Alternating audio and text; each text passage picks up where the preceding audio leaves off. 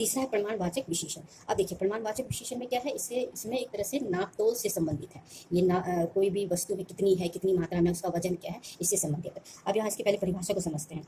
जिन विशेषण शब्दों से विषय की नाप तोल व मात्रा से जुड़ी विशेषता का पता चलता है उसे प्रमाणवाचक विशेषण कहते हैं, है ना। तो यानी कि कोई भी वस्तु, है ना, कोई भी संज्ञा कितनी मात्रा में है, ठीक है, उसको जब हम नापते हैं तो उसका वजन कितना है, तो इससे संबंधित जब विशेषता हमारे सामने आती है तो वो प्रमाणवाचक विशेषण कहलाता है। ठीक है, उदाहरण क्या है, 500 ग्राम, है ना, एक ये नाप की इकाई है, 500 ग्राम, आधा किलो, 10 लीटर, थोड़ा, कम, कुछ, आदि। अब यहाँ पे देखिए इसमें भी थोड़ा है, कम है, कुछ है, आदि। ठीक है, तो ये सारे शब्द किसमें आते हैं, प्रमाणवाचक विशेषण में आते हैं। आगे बढ़ते हैं।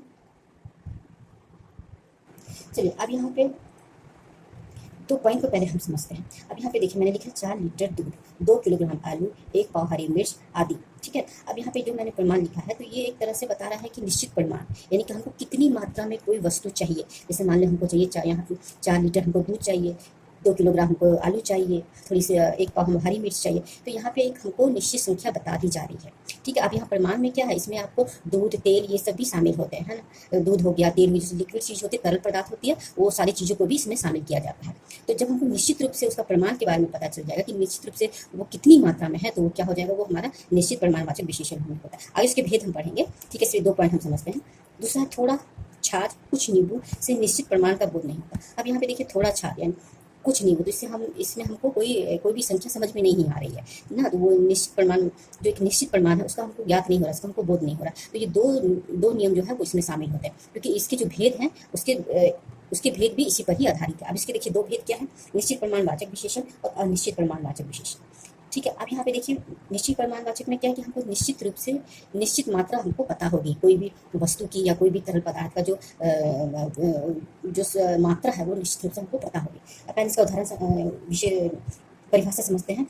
जिन विशेषण शब्दों से विषय की निश्चित नाप तोल का बोध हो उन्हें निश्चित प्रमाणवाचक विशेषण कहते हैं। अब यहाँ पे देखिए निश्चित नाप तोल, है ना, नाप तोल यानी कि कोई भी वस्तु कितनी मात्रा में है, एक निश्चित मात्रा में है। अगर हम मान लीजिए तेल ले रहे हैं तो 1 लीटर 1 किलो तेल ले रहे हैं, है ना, तो निश्चित मात्रा है ना। तो इस तरह के जो निश्चित वाले होंगे वो निश्चित प्रमाणवाचक विशेषण के अंतर्गत आते हैं। उदाहरण से समझते हैं, पापा जी गोवा से 5 किलोग्राम काजू लेकर आए। अब यहाँ पे हमको निश्चित रूप से मालूम चल रहा है कि पापा जी ने कितना काजू लेके आए हैं, 5 किलोग्राम। हमको निश्चित रूप से एक संख्या पता चल रही है।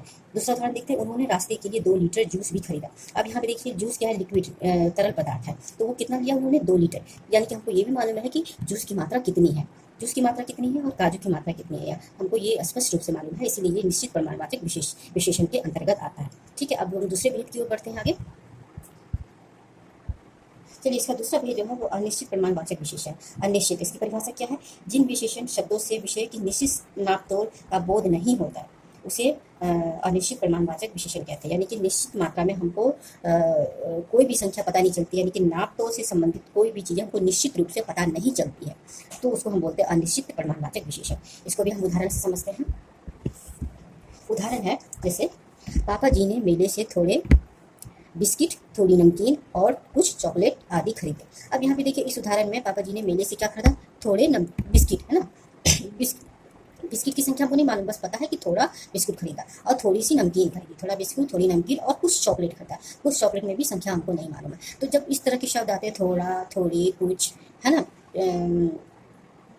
काफ़ी, ठीक है, तो इस तरह के जो शब्द आते हैं तो वो शब्द किसमें आएंगे, ये हमको अनिश्चित प्रमाणवाचक विशेषण में शामिल होंगे। अब यहाँ पे हमको ये भी देखना होगा, क्योंकि ये थोड़ा, कुछ, काफ़ी, ये सब हमने संख्यावाचक विशेषण में भी पढ़ा था, तो हमको यहाँ पे ये देखना होगा कि थोड़ी बिस्किट, यहाँ पे थोड़ी बिस्किट है, थोड़ी नमकीन है, यहाँ पे क्या चीज़ खरीदा जा रहा है ना, उसका वजन, उसका नापतोल से संबंधित कुछ बातें यहाँ पे आ रही है, तो वो उसको ध्यान में रख के ही हमको पता करना होता है ये प्रमाणवाचक विशेषण है या संख्यावाचक विशेषण है। समझ में आ गया। अब इसके हम नियम भी समझते हैं। इसके क्या नियम है, पहचान का नियम, विषय में कितना, कितने, कितने लगाने से जो नाप तोल व मात्रा से संबंधित उत्तर प्राप्त होता है वो प्रमाणवाचक विशेषण में आता है।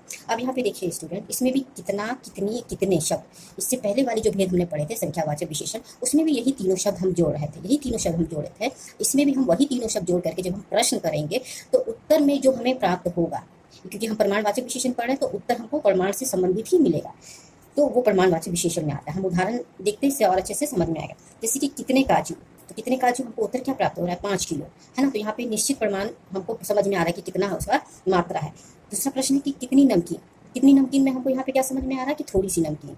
यहाँ पे कोई भी संख्या नहीं है ना, निश्चित नहीं है, तो ये अनिश्चित प्रमाणवाचक विशेषण में आ गया। तो इस तरह हम इन नियमों के माध्यम से पहचान सकते हैं कि कौन से प्रमाणवाचक विशेषण के अंतर्गत आते हैं और कौन से संख्यावाचक विशेषण के अंतर्गत आते हैं, क्योंकि दोनों में ही भेद भी उनके दोनों एक तरह से समान है, बस थोड़ा सा ही दोनों में अंतर है। उसमें संख्या का अंतर है, इसमें प्रमाण का अंतर है।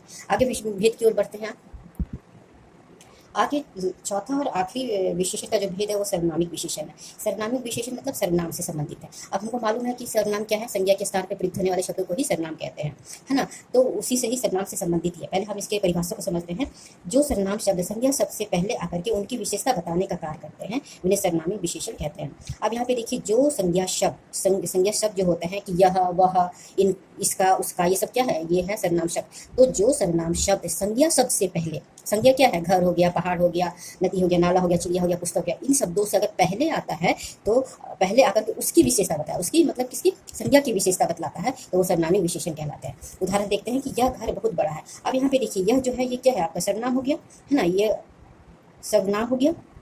घर क्या है, संज्ञा हो गया, है ना। संज्ञा से पहले क्या आया, यह आया, ठीक है ना। तो यह घर बहुत बड़ा है, इस घर की विशेषता क्या है कि वो बहुत बड़ा है, ठीक है, समझ में आ गया होगा। दूसरा, पुस्तक बहुत अच्छी है।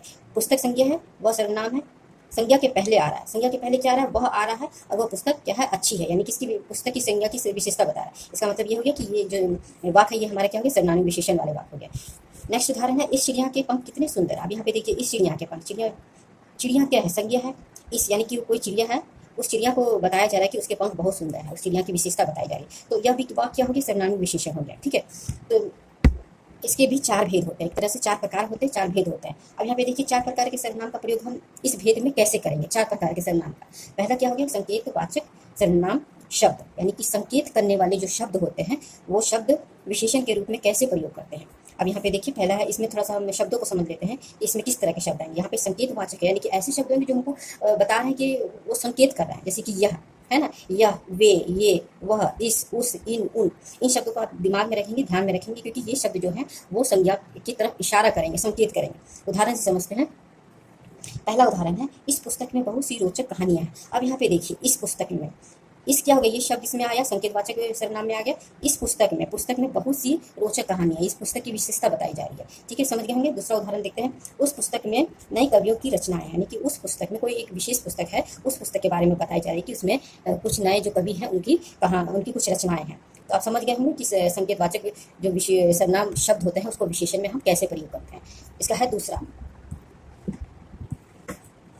चलिए दूसरा है, ख है, अनिश्चित वाचक सर्वनामिक शब्द विशेषण के रूप में, यानी कि अनिश्चित वाचक जो सर्वनाम वाले शब्द होते हैं उसका हम विशेषण के रूप में कैसे प्रयोग करेंगे, कैसे इस्तेमाल करेंगे। इसके कुछ शब्द होते हैं, कोई, कुछ, इस तरह के शब्द होते हैं। अब उदाहरण समझते हैं कि कई छात्र कार्यालय के बाहर हैं, कई छात्र कार्यालय के बाहर खड़े हैं, ठीक है। अब यहाँ पे देखिए, कार्यालय के बाहर कुछ छात्र खड़े हैं, संख्या हमको नहीं मालूम है, क्योंकि यहाँ पे क्या अनिश्चित वाचक, हमको इसलिए संख्या नहीं मालूम है, यानी यहाँ पे कई छात्र खड़े हैं, कोई भी इसकी संख्या हो सकती है। इसी में दूसरा है कि वह कुछ शिकायत जरूर करेंगे, वह कुछ शिकायत, कुछ शिकायत में एक शिकायत भी हो सकती है, दूसरी शिकायत भी हो सकती है, यानी कि हमको इसकी कोई निश्चित संख्या नहीं मालूम, इसलिए यहाँ पे क्या है, अनिश्चित वाचक सर्वनाम शब्द। ये क्या हो गया, अनिश्चित वाचक सर्वनाम शब्द हो गए, जिसका हम विशेषण में किस तरह प्रयोग करते हैं, ठीक है। आगे बढ़ते हैं, ग है हमारा प्रश्नवाचक सर्वनाम शब्द विशेषण के रूप में। चलिए, ग है। तीसरा है ग, प्रश्नवाचक सर्वनाम शब्द। प्रश्नवाचक सर्वनाम शब्द यानी कि प्रश्न करने वाले जो सर्वनाम वाले शब्द है उसका हम विशेषण में कैसे प्रयोग करेंगे। अब इसमें कुछ शब्द है, कौन, किस, ठीक है, कहाँ, जिससे हम प्रश्न करते हैं, तो ये सारे शब्द क्या हो जाएंगे, संख्यावाचक सर्वनाम शब्द में आएंगे। अब इसका हम उदाहरण देखते हैं कि किस मोबाइल में ऐसे फीचर होंगे जैसे इस मोबाइल में है। अब यहाँ पे देखिए किस है, ठीक है ना, तो ये जो शब्द है किस, इससे हम क्या कर रहे हैं, प्रश्न ही कर रहे हैं, यानी कि किस मोबाइल में ऐसे फीचर होंगे जैसे इस मोबाइल में है, इस मोबाइल में है ना। तो ये इस क्या है, ये तो सर्वनाम हो गया, ये किसका, ये आपका हो गया प्रश्नवाचक सर्वनामिक शब्द हो गया। तो इस शब्दों का यानी कि प्रश्नवाचक सर्वनामिक शब्दों का विशेषण में हम कैसे प्रयोग करेंगे वो ये है, ठीक है। लास्ट है आपका संबंधवाचक सर्वनाम शब्द विशेषण के रूप में। विशेषण के रूप में संबंधवाचक जो शब्द होते हैं, सर्वनाम शब्द होते हैं, उसका हम कैसे इस्तेमाल करेंगे विशेषण में, जैसे कि जो, जिन आदि, जिसने, जिसको, इस तरह के जो शब्द होते हैं उसको उसमें हम शामिल करते हैं, जिससे कि संबंध की ओर संकेत करता है। उदाहरण देखते हैं कि जो छात्र इस प्रतियोगिता में भाग लेंगे उनकी परीक्षा अगले सप्ताह होगी। अब यहाँ पे जो छात्र है ना, यहाँ पे संबंध बताया जा रहा है कि जो छात्र प्रतियोगिता में भाग लेंगे उनकी परीक्षा अगले हफ्ते, उनकी परीक्षा यानी कि संबंध बताया जा रहा है, ठीक है। उनकी क्या है, ये भी एक सर्वनाम शब्द है। अब इसमें क्या है, इसमें अपना, अपनी, अपने, ये शब्द भी इसमें इस में आते हैं, ये भी सर्वनाम शब्द होते हैं, इसको भी, इसे भी हम संबंध की ओर संकेत करते हैं। जैसे उदाहरण समझते हैं, यह अपना देश है, यह अपना देश है, अनेकता में एकता, एकता वाला प्यारा देश। अब यहाँ पे हम संबंध क्या बता रहे हैं कि ये हमारा अपना देश है, हमसे हम अपने से इसको संबंध कर रहे हैं, है ना। तो हाँ, ये जो अपना शब्द है, अपना, ये भी क्या हो गया, ये हमारा संबंधवाचक सर्वनाम शब्द हो गया, जिसका कि विशेषण के रूप में हम इस तरह प्रयोग करते हैं।